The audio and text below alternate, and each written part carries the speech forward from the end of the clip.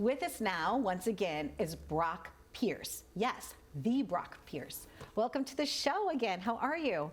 I'm grateful. Glad to be here. You've got a wonderful studio. Thank you. Behind the scenes, we were talking a little bit about Pokemon, and we're both fans. You have a favorite character?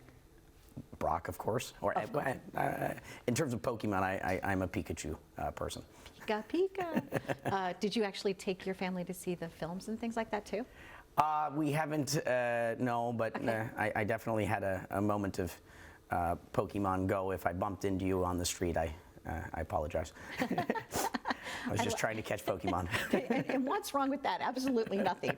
There was definitely a period of time there when it was like zombies everywhere, and it just people on their phones, no one paying attention to anything but their Pokemon if you were playing.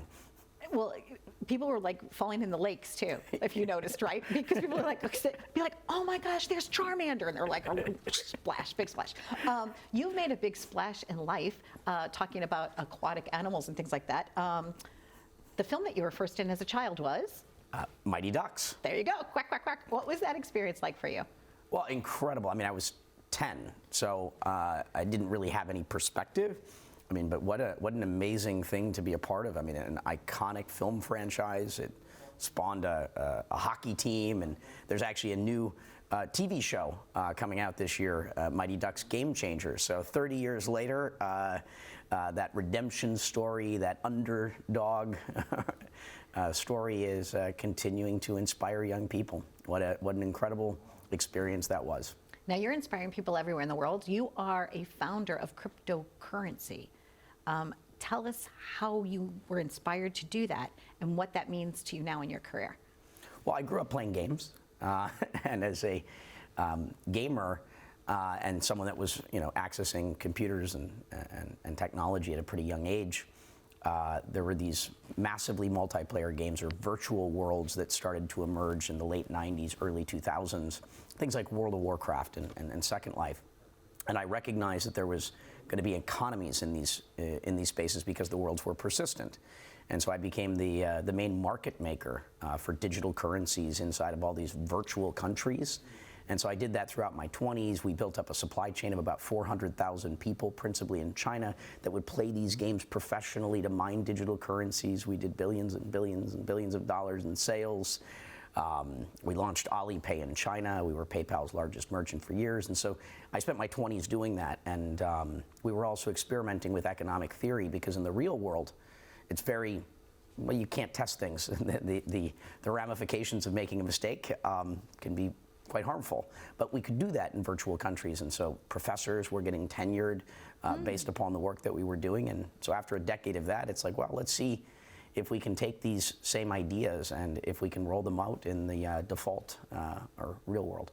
And so that's what led me to cryptocurrency, and that's what I've spent, I guess, the last decade or so doing. Now, you grew up in a Midwestern kind of experience, right? Your life, in the middle of the world. I grew up in St. Louis, Missouri, and you were originally from, was it Wisconsin, Michigan? No, Minnesota. Minnesota. St. Louis Park, but think Minneapolis, the Twin Cities. The Twin Cities. So when we first met, it was because you ran for president of the United States of America. You did really well. You actually got on several ballots. A bunch of them, yeah. A bunch of them. Yeah. So are you still committed to that? You're still going to go for it? And why? Why did you decide to run, Brock? Well, my life seems to basically be divided, segmented by decade. Okay. And so I've committed my life to service. Public service seems to be in the cards for me. And so this last run was an experimental run, an exploratory run to understand the mechanics of the system. Call it basic training. I didn't run with any intention of winning, but you could have, right? You got to be in it to win it, but correct. Right. But this was really the trial run. Okay. Because where do you learn how to run for president? Good point. There isn't schools for this, and there's a lot of things that you wouldn't know that you need to learn, like ballot access, for example. How does one go about doing this? And if I didn't run as a Democrat or a Republican, I ran as an independent, which means you have to build a political platform basically from scratch, an ideology from, you have to assemble all of these things. And so a tremendous amount of work, but I put my stake in the ground. And so this is what I intend to do for, call it, the next 10 or 20 years. Wow. And so I'm running around New York right now. New York is obviously, well, I moved to Puerto Rico because I wanted to go to the part of the United States that was, call it, struggling the most. I'm here in New York quite a bit these days because it's the part of the United States that matters the most. New York is maybe not the legislative capital, but it is the financial capital, cultural capital. You know, what happens here doesn't just affect New York, it affects the whole country and the world to some extent. And so this is an election year in New York, and it really matters, the decisions that New York City makes right now. And before we wrap up, you also have a foundation. What is the first thing that you want to see thrive through your foundation? Well, so I've got two, but the main one is Integro, Okay. which in Spanish has, depending upon the inflection, has two meanings. It means integration and integrity. As someone not from Puerto Rico, the idea was to integrate with integrity. And we've supported 175 different organizations. We kind of do a little bit of everything because I want to understand everything that's happening and identify where the voids are, you know, what's not getting done. And so we do a little bit of everything. Really grateful for the opportunity to be able to serve and assist.